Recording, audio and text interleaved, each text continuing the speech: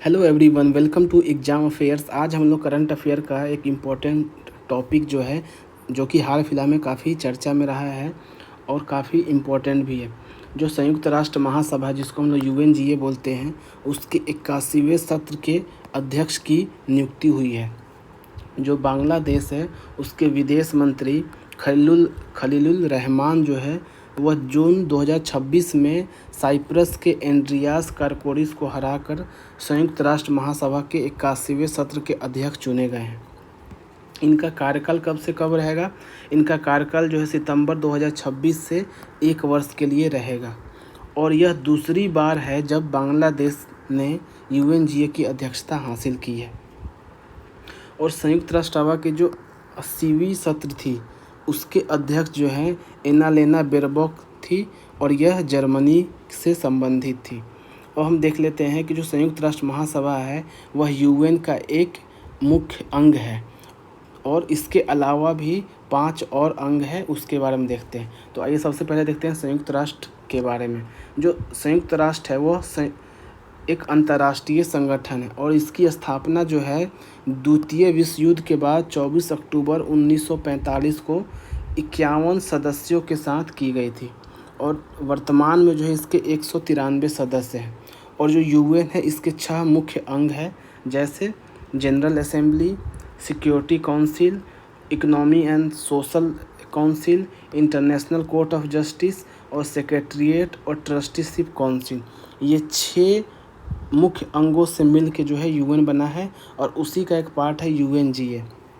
अब हम यूएन के बारे में कुछ इम्पोर्टेंट फैक्ट देखते हैं, जैसे कि यूएन का आधिकारिक भाषा क्या है। यह है अरेबिक, चाइनीज़, इंग्लिश, फ्रेंच, रसिया और स्पेनिश। और इसका मुख्यालय कहाँ है? इसका मुख्यालय है न्यूयॉर्क में है। और इसका जो महासचिव है जिसको हम लोग जनरल सेक्रेटरीट जनरल बोलते हैं, ये एंटोनियो गुटेरस हैं जो कि पुर्तगाल के हैं और ये जो है 2017 से अभी तक जो है इस पद पे आसीन है।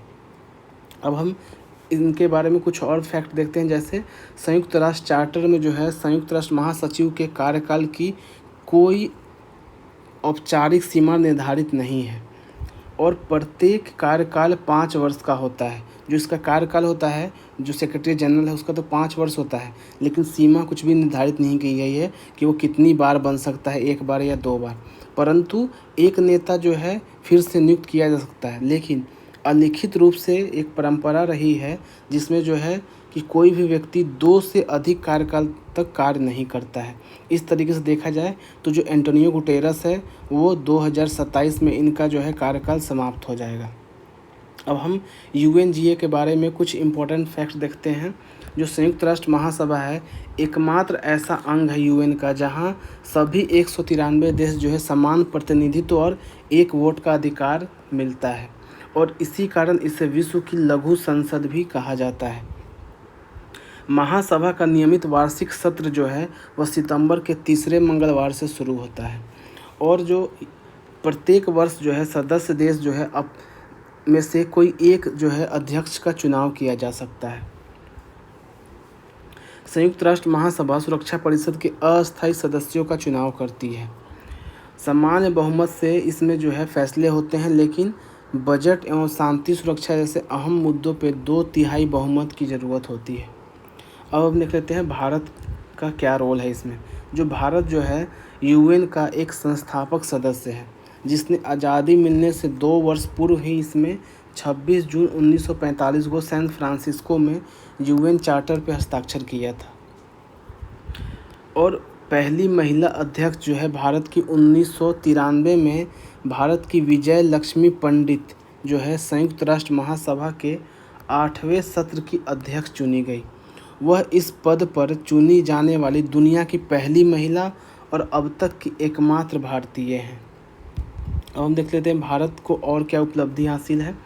तो अंतर्राष्ट्रीय योग दिवस की शुरुआत भारत के प्रयास से 11 दिसंबर 2014 को यूएनजीए ने रिकॉर्ड 177 देशों के समर्थन के साथ प्रस्ताव पारित किया, जिसके बाद प्रत्येक वर्ष 21 जून को जो है पूरे विश्व में अंतर्राष्ट्रीय योग दिवस मनाया जाने लगा। उसके बाद अंतर्राष्ट्रीय बाजरा बाजरा वर्ष, जिसको हम लोग इंटरनेशनल ईयर ऑफ मिलेट्स बोलते हैं।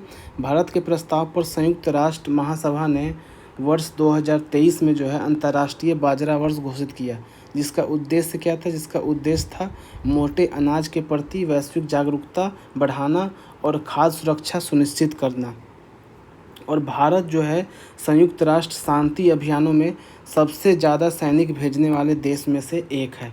इस तरीके से हमने देखा सबसे पहले कि करंट में टॉपिक का इम्पोर्टेंस क्या है, उससे रिलेटेड क्या क्या फैक्ट्स हैं, और उसके बाद हमने उसके और भी फैक्ट्स को कवर किया। तो इस तरीके से हमने आज एक टॉपिक कवर किया संयुक्त राष्ट्र के बारे में। Thank you for watching our video. मिलते हैं अपने नेक्स्ट वीडियो में। Like share and subscribe the channel. Thank